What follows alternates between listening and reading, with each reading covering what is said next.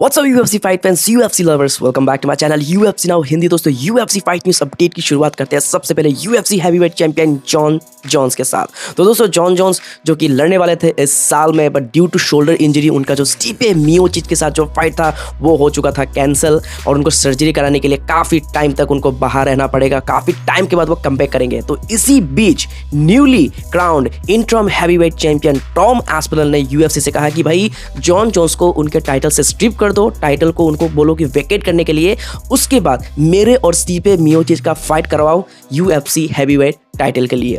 अब इसके जवाब में जॉन जोन्स ने रिप्लाई दिया टॉम एस्पिनल को कि भाई 15 साल में मैंने जितने फाइट्स करे हैं, कितने ही इंजरीज के साथ मैंने फाइट करी है, कभी भी कोई इंजरीज के लिए इतना ज़्यादा मैंने कुछ किया नहीं, बट इस इंजरी के लिए अब सर्जरी कराना पड़ रहा है, तो ये मतलब नेसेसरी है, नहीं तो इतना बड़ा अगर कोई इंजरी नहीं होता तो मैं कम्पीट ज़रूर करता। ये कहना है जॉन जोन्स का। और साथ ही साथ जॉन जोन्स का ये कहना है कि 15 साल में मैंने जैसे जैसे फाइट लड़े हैं, जिन जिन के साथ फाइट लड़े हैं भाई, वो दर्शाते हैं कि मेरी काबिलियत क्या है, मतलब कि मेरा प्लेस कहाँ पे है। जॉन जोन्स का कहना है कि भाई तुम एक न्यू कमर हो और तुम्हारे मुंह से ये सब बात शोभा नहीं देता। ना ही तुमने कोई लेजेंड के साथ फाइट किया है, ना ही तुमने कोई टाइटल को डिफेंड किया है, ना ही कोई बड़ा कोई चैंपियनशिप फाइट किया है, तो तुम किस मुंह से बोल रहे हो मुझे टाइटल को स्ट्रिप करने के लिए। तो ये जवाब देना था जॉन जोन्स का, जो कि एक तरफ से भाई सही है। भाई जॉन जोन्स जिस लेवल पे है ना भाई, वहां पर पहुंचना बहुत ही मुश्किल है।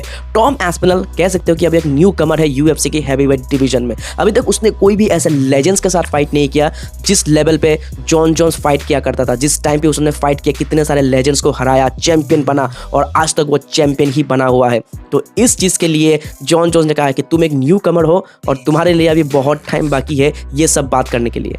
तो दोस्तों आप इन सब से कितना ज्यादा सहमत हो कमेंट करके जरूर बताना। ऑलराइट फाइट फ्रेंड्स, चलिए बात करते हैं नेक्स्ट अपडेट के बारे में। तो गाइस जमाल हिल रिसेंटली उनका जो है एक न्यूज़ काफ़ी वायरल हो रहा था, मतलब कि वो काफ़ी ज़्यादा सुर्खियों में आए थे क्योंकि उनको अरेस्ट कर लिया गया था डोमेस्टिक वायलेंस के लिए। अब ये सारी चीज़ें अभी तक पूरी तरीके से क्लियर नहीं है। जमाल हिल भी इसके मतलब रिगार्डिंग कुछ भी खुलकर नहीं बोल रहे हैं क्योंकि उनको मतलब बोलने का इजाज़त नहीं है फिलहाल, जब तक सच बाहर नहीं आता है। बट यहाँ पर जितना भी यहाँ पर इन्फॉर्मेशन ये है कि उनके जो ओल्डर ब्रदर है उनके साथ उनका जो है यहाँ पर हाथापाई हो गया था, मारपीट का कुछ यहाँ पर मतलब कुछ इशू हो गया था, जिसके वजह से उनके ऊपर डोमेस्टिक वायलेंस का चार्जेस लगा हुआ है।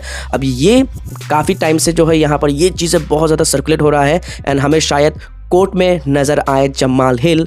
अब आगे क्या होगा ये तो फिलहाल जमाल हिल का जब केस आगे बढ़ेगा तभी पता चलेगा, बट अभी उनके ऊपर में उनके भाई के साथ मारपीट हाथापाई करने का यहाँ पर चार्जेस लगा है, जिसके वजह से उनको कोर्ट के दर्शन करना पड़ सकता है। एंड दोस्तों पॉसिबिलिटी ये भी है कि बहुत जल्द जमाल हिल नेक्स्ट ईयर में समर के टाइम पे रिटर्न करेंगे फाइट करने के लिए अगेंस्ट एलेक्स परेरा।